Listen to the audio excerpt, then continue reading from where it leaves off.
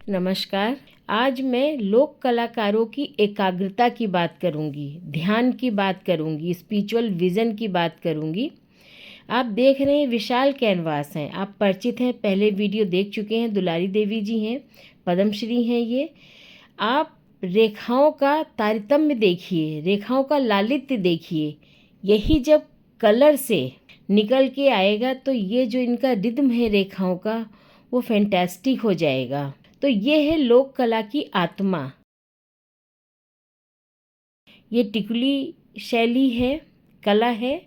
आप देखिए कलाकार की एकाग्रता, कंसंट्रेशन, और यही कंसंट्रेशन जो है हमारा जो भारतीय दर्शन है उसमें इसको ध्यान कहते हैं। लाइक ध्यान, यदि आप ध्यान में नहीं हैं, परमानंद को प्राप्त नहीं कर सकते हैं। और ये परमानंद एक एक रेखाओं में जो लोक कला का एक आंतरिक बुनावट है, आप ये देखिए, इसे ही ध्यान कहते हैं। लोक कला प्रकृति के इसीलिए निकट है क्योंकि वो आत्मा प्रकृति में बसती है। ये सुजनी कला है, इनका कंसंट्रेशन देखिए।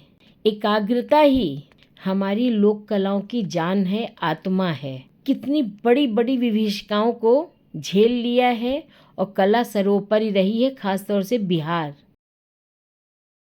ये वहाँ की पुरस्कृत कलाकार हैं।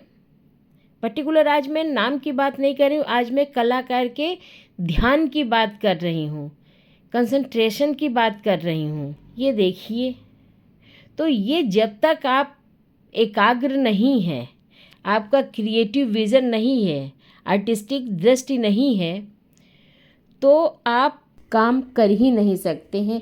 ये देखिए, लोक कलाकार हैं, कसीदाकारी कर रही हैं। क्या बड़े बड़े कैनवास इन्होंने सृजित किए हैं, लेकिन सबके मूल में वही किसका प्रकृति का सानिध्य होता है, वही सहजता होती है लोक कला में। इसीलिए लोक कला सर्वोपरि है। काम ही नहीं कर सकते हैं। ये जो काम है, ये जो श्रम है, ये सिर्फ उस आनंद की प्राप्ति कराता है। ये देखिए विशाल कैनवास है और कितनी सहजता से आप लाइनों का लालित्य देख रहे हैं। अब वो जो एक कंपोजिशन है, उसमें उन रेखाओं का जो एक लचीलापन है, वही लोक कला की आत्मा है। कितना सहज, इतने विशाल कैनवास को देखिए, बउआ देवी पेंट कर रही हैं। लाइनें देखिए, और ये 82 ईयर्स ओल्ड हैं। तो आप लोगों ने देखा, बहुत बहुत धन्यवाद।